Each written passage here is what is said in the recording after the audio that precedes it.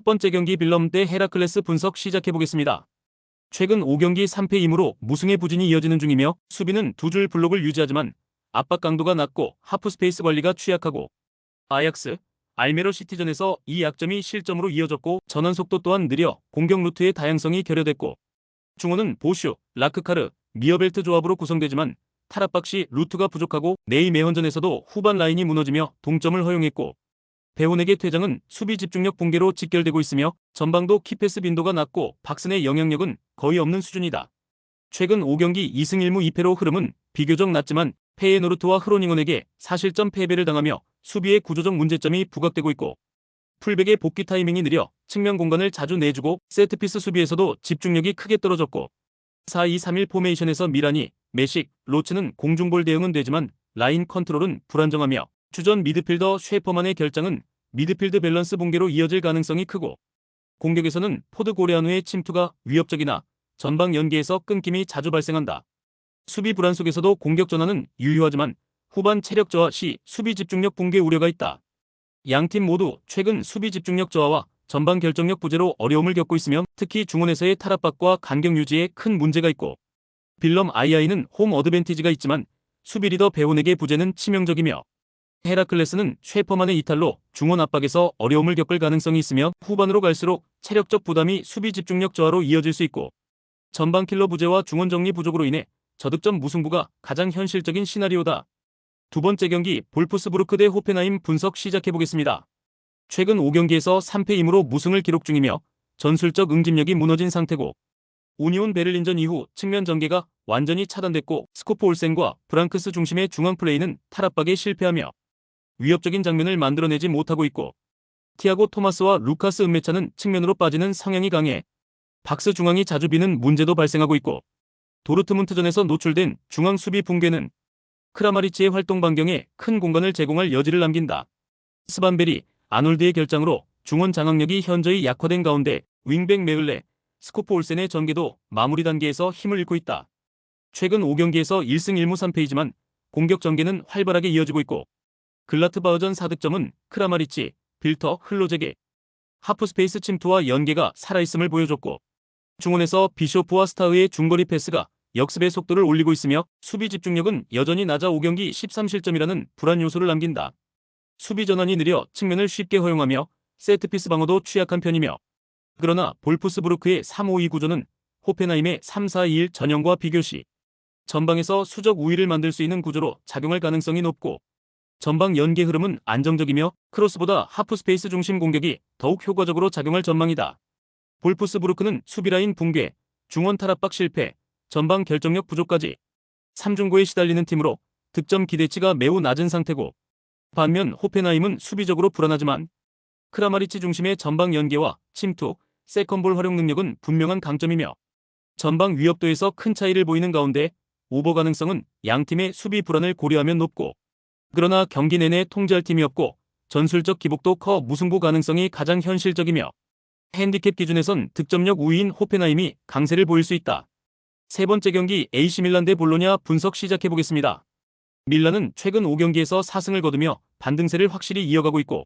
특히 제노아전에서는 후반까지 고전했지만 2대1 역전승으로 끈질긴 경기력을 보여줬고 인테르전 패배 이후 팀 전체 템포가 눈에 띄게 빨라졌고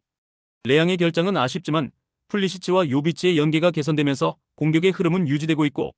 레인더르스와 로프터스치크의 중원 조합은 탈압박 시 좌우 전환에서 중요한 역할을 하며 테오 에르난데스, 토모리, 파블로비치 등 주축 수비진의 안정적인 퍼포먼스가 후방 빌드업에 힘을 실어주고 있고 최근 3경기 중 2경기에서 2득점 이상 3경기 무실점을 기록할 만큼 수비와 공격의 균형이 잡혀있다. 볼로냐는 최근 5경기에서 1승 3무 1패를 기록했지만 인테르전 승리와 유벤투스전에서의 우세한 경기 운영은 긍정적이며 프룰러 퍼거슨 조합은 점유율 유지에 강점을 보이며 달링가와 캄비아기는 침투와 위치 전환으로 간헐적 위협을 준다. 수비진은 루쿠미, 뷰케마 중심으로 탄탄하게 구성되어 있으며 스코롭스키의 선방 능력도 최근 빛을 발하고 있고 다만 에밀 홀름, 은도예, 에스타니스의 결장은 공격의 다변성과 측면 깊이에 제약을 준다. 최근 원정 3경기 중 2경기 무득점이라는 기록은 원정 약세를 드러낸다. 밀란은 최근 상승세와 홈 경기력에서 볼로냐를 상대로 우위를 점할 수 있으며 파블로비치 토모리의 센터백 조합은 볼로냐의 직선적 역습을 효과적으로 제어할 수 있고 반면 볼로냐는 탄탄한 수비를 기반으로 역습을 노리겠지만 공격 전개의 속도와 패턴의 다양성 부족은 득점 효율을 떨어뜨릴 수 있고, 레앙이 빠진 밀란이 다득점을 기록하긴 어렵겠지만 한 골차 승부로 끌고 갈 가능성이 높고, 전반에는 탐색전 위주의 운영이 예상되고 양팀 모두 실리적인 운영을 바탕으로 언더 흐름이 유력하다. 네 번째 경기 코번트리 시티 대 선덜랜드 분석 시작해보겠습니다. 코번트리는 최근 5경기 중 3경기에서 무실점을 기록하며 수비 집중력이 크게 향상된 모습을 보이고 있고, 미들즈브러전에서의 2대0 승리는 후반 막판까지 이어진 압박과 전환 속도의 우위를 증명했고, 루돈이 사카모토의 하프스페이스 침투는 수적 우위를 통한 세컨볼 회수에 효과적이었고,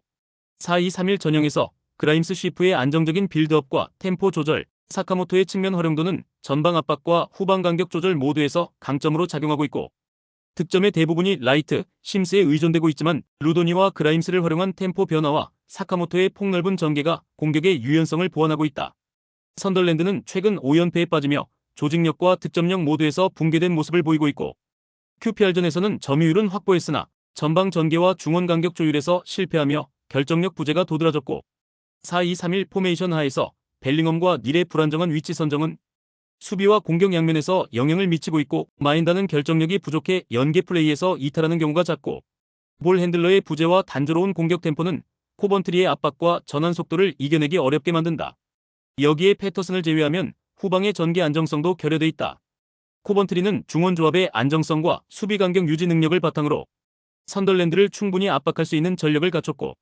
사카모토와 루도니를 중심으로 한 전방 템포 전환은 상대 수비를 무너뜨릴 수 있으며 수비적으로도 라인을 내린 뒤 안정적으로 마무리하는 운영이 가능하고, 반면 선덜랜드는 전방 압박 및 공격 전개 모두에서 문제를 겪고 있고 전술적 변화 없이 수세에 몰리는 흐름이 지속되고 있고, 득점 가능성도 낮고 원정 경기라는 점에서 심리적 부담도 크다. 다섯 번째 경기 라스팔마스 대 라요 바이카노 분석 시작해보겠습니다. 최근 수비 전략에 변화를 주고 있는 라스팔마스는 레알 소시에다드와 발렌시아를 상대로 연속 3실점을 허용하며 수비 라인 조정과 공간 커버에 문제가 드러났고, 특히 측면 수비가 반복적으로 무너졌고 블록 전환의 효율성도 아틀레티코전 이후 하락했고, 발렌시아전에서는 후반 직접적인 전개를 시도하며 공세를 높였지만 전술 구조의 불안정성을 극복하지 못했고, 라요의 하프스페이스 침투와 측면 압박을 견디기 위해선 에수고 바이체티치의 중원 조합이 빠른 전환 타이밍을 유지해야 한다.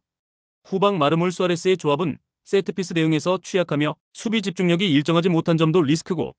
그러나 홈에서는 상대적으로 점유율을 높게 가져가며 흐름을 주도할 여지가 크다. 최근 라요는 압박 강도를 낮추면서 수비 안정성을 강화하는 방향으로 전환했고, 에스파뇰전 참패 이후 중원 구성 변경과 라인 간격 유지에 집중했고, 헤타페전에서는 수적 우위를 활용해 안정적인 운영을 보여줬고, 4-2-3-1 포메이션에서 로페스 시스의 조합은 부상과 징계로 흔들리며 중원 커버에 약점이 생겼고, 현재는 세컨볼 대응력이 떨어지는 양상을 보인다. 알바로 가르시아와 28라손의 측면 연계는 여전히 유효하지만 네 프로토스의 기동력 부족과 함께 공격 루트가 단조로워졌고, 특히 전방 침투보다 세트피스나 역습 중심의 전개에 의존하고 있으며 경기 후반으로 갈수록 교체 자원 한계로 인해 체력 부담도 크다. 라스팔마스는 홈 경기에서 점유율 기반의 템포 조절과 중원 압박 주도권을 통해